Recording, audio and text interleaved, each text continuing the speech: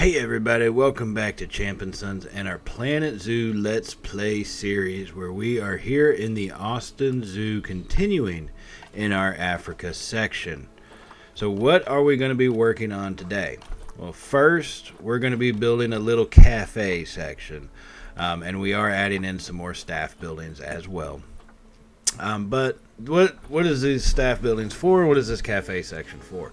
Well, we're going to be adding some primates into the zoo, and you're going to see us do a couple different makeover on this section from where it starts to where it kind of ends up at. So it should be an interesting little build coming through. I definitely did enjoy it, and I hope y'all do too. So first, as I mentioned before, the primate section, that is what we are working on right now. And well, the cafe actually, and so we're just putting on the roof, getting some basic design going, a little bit of that motif with that woodwork and that wood design coming across the bottom here of the plaster buildings. And I did a lot of these buildings in plaster, not wood so much, mainly because while my parents went to Africa one time, and a lot of the buildings that they ended up having there were, I guess, I don't know if it's really concrete, but they were definitely, at least they look like plaster for the most part, as the setup. So that's kind of what I stuck with, and just added in some of the basic design for it. Try to give it that feel, right, of being in the Africa section, a little touristy, basically a little safari-ish and so forth. That's kind of all we're really working on here, and just adding in this cafe. That's really the kind of the main point that we are looking at in doing that. So this is the roof going in. I did have some problems with the height. It just for some reason would not match up correctly the way I wanted it to, looking at it, and so it kind of came off a little weird at times, you know what I mean? So that was a little odd in that sense, you know. So kind of got that situation worked out a little bit, and now here we are putting in, I accidentally had two pizza pins right next to each other, so I added in a restroom instead. And just some basic signage so everybody knows what is around here and what is what. Sticking with the gulpy drinks. I'm never, you know, it's kind of like, I guess, the Coke of the Planet Coaster and Planet Zoo world, it seems like. So the thatch roofing, I just liked it, and I figure it kind of works out with that safari theme. Once again, when my parents were there, a lot of the, I don't want to say huts, but that's kind of what they were for the most part, had that kind of thatch roofing going. So I kind of just stuck with that, and I do think it turns out pretty well as far as this thing goes. So now that we are done with that section, here we are going into the primate habitat area. And this is, like I said, this will take a couple little do-overs for, right? Y'all know how I like to have my, basically standing point view of these animals. But I realized halfway through these builds that, hey, you know what? I can actually use the bridge walkway that we have going up to try to get a little bit of an upper view. But I wanted to keep these animals a little bit more secluded from each other. That was kind of the theory behind this, and the changes that we do end up making going forward. So I do like how it turns out. I think it comes out pretty well as far as all the habitats go, and it kind of fits in with everything else. You know what I mean? So just getting this first one in. I'm not going to tell you which habitat goes for which. We do add only a couple primates in, right? Once again, we're not putting in every single one. I like to give our animals a lot of room. I think they just need it, a lot of room to move around and to play in. And so that's one of the main reasons why I do kind of limit the animals, but put in these massive habitats. You know, you're probably looking at people go, well, these habitats are too huge. Yeah, I don't really care that they're that huge, okay? Is that the most realistic thing in the world? No, but I like how it works out, and I think the animals would be a lot happier in that sense. So I do get these two massive ones going, and like I said, there's only going to be two primates, so we will see what they are, but I'm going to tell you they are going to be a gorilla, and they are going to be the chimpanzee. And y'all saw me lay it out the first time. Well, here we are fixing it up. And what's the reason why we're fixing it up? Well, it dawned on me, at one point we're doing a college campus, right? Like this is an old college campus that we've essentially repurposed for the zoo, and in a big space like this, you would get probably a big building at least that's really designed for the college, and so that's what I was looking at trying to do, and that's why you see this massive kind of structure going in. Well, like I said, it is repurposed, right? So you're going to see us make a lot of different changes here for it. And what you get for the peeps really is an inner viewpoint for them. So it's something they can look inside and kind of feel like they're more of a part of the habitat instead of just looking at them from the outside. And so that's one of the main, focal points behind it. That's one of the main theories behind it and why it turned out I have it going the way that it did. But I do think it turned out really well as far as what we were looking to try to do. And so I promise you, give it a chance, wait till the end, and you'll kind of see how this thing goes. I think you'll enjoy it as well. Now, on that note, I am going to hop out and let y'all kind of go on and enjoy the habitat build. We will get both of them completed in this episode, so definitely stay tuned for that, see how these things come out. And I will join up with y'all here in just a little while. So check y'all later.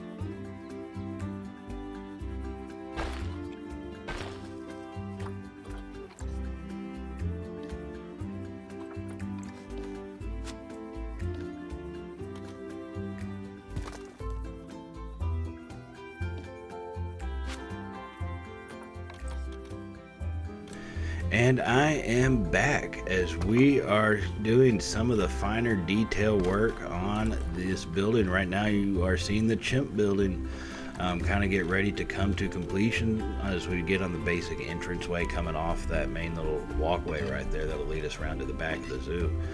And the reason why I went with the ivy on the outside pretty heavily is a lot of these, they live in a pretty forested area, right? So I'm not going to just stack in a shit ton of trees. I'm going to add in, on the building wise, at least a little bit of I don't know, I guess foresty appearance to it, and that's why you see it being a little bit more of a bush setting around the building instead of like fine, specific plant work going. So that was the theory behind it. And I love the way those little signs worked out right there. I do think they turned out pretty well. Essentially that writing equates to basically just kind of equates to what would be on a massive board at a zoo. Little educational, finer details and all that type of fun stuff. So that's kind of just the purpose of those. No, obviously they don't have words on it, but it essentially symbolizes the words, if you know what I mean. So that's kind of how we do it. Now, y'all may be looking at this thing going, wow, this is going by really quick. Yes, it is. The reason for that, this stuff plays at about 8 times the speed. If not, I can tell you this section alone probably took around, 6 hours, give or take. And I have cut stuff out too, so it's not like it's just straight up 6 hours, boom, and we're done. And I just stick with all that stock footage. No, I've cut out a plenty good amount of this build, so for the most part. So now that you've seen how the other buildings have gotten decorated, one of the things we got to do is we got to get the stuff around the cafe going, the cafe section. And so that we are sticking with a little bit more of a finer garden, basic planning, nothing too excessive, because I really just don't think, in a real zoo we would go all that excessive with it. So that's kind of the thought process I used, at least going here. And now this is going to be a structure. We're going to have a little entrance sign for the for this little cafe. It's not going to be anything too extravagant, but I do like it. It's going to be called the Primate Cafe. And then what turned out to be kind of a little bit of an annoyance, a mistake, I actually turned into part of it, adding in those extra logs, basically. So it is a pretty well supported structure. I will give you that. All right, it is massively well supported.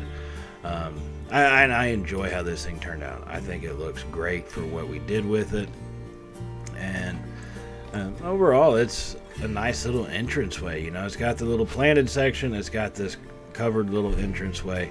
Now the pathways that are leading beside it that you're seeing everybody use, I do end up removing those. I am gonna have to work on that part, right? The path work and all of that stuff, and maybe try to add in some extra, try to figure a way to draw people around to the certain areas of the pathway, because they tend to get attracted to just one basic spot, right? So I will probably have to do some work on that as we go, but hey, it is what it is. That's just how we roll. Here we are, just putting in some ground covers, which I promptly go back to remove because I'm like, wait a second. The pathways, there's a wooden path that I think works out pretty well for this kind of setting, so I just changed that up. You know, make life simple, right? Work smarter, not harder, as they say. And so we're getting these final little details in. You are going to see kind of that bush work go around. You know, it wasn't just part of the buildings and some of the basic decoration. You're going to see it become a lot of the grass work that comes through here. And now we're just using a different one of those little design things for our wall around this cafe section, the Primate Cafe as we call it. So I think it turns out really well. I enjoyed it. I enjoyed building it. I do think things flow together and it works pretty well appropriately with the gorilla bungalow and the chimp view. I enjoy how this whole little section turned out. So now I will say this, as we are coming close to the end of the voiceover, definitely stay tuned. We will have some cinematic shots of the gorillas and the chimps in their habitat, and kind of you'll see what the house really does look like. And so yeah, definitely stay tuned for that. But on that note, I will just want to remind you, if you have not subscribed yet, go ahead and hit that subscribe button. And if you did like today's video, give us a thumbs up. It does help out the channel. And I greatly appreciate all the support that we get here at Champ & Sons. All the support y'all have shown us over recent times. It is crazy. I cannot tell you how grateful I am for that. So thank y'all very much for all that support that y'all have shown us. So here we are. You know, I mentioned the planter work. That's going to be the main thing. Some of the other stuff's bushy, but like I said, I think it fits with, you know, everything going on here, especially with that being the primates living in a forested area. Tends to work. Now doing the lighting, I want to make sure it's well lit, so I do put those little lamp posts around and everything else. So it all turns out pretty well, and we're going to be getting into the cinematic shots right now. So this is where I'm going to leave y'all off at, so enjoy the rest of them. I will see y'all in the next episode, where we should be putting in the last habitat of the Africa section. So on that note, everybody stay safe, and well, y'all know how it goes by now, right? Later, y'all.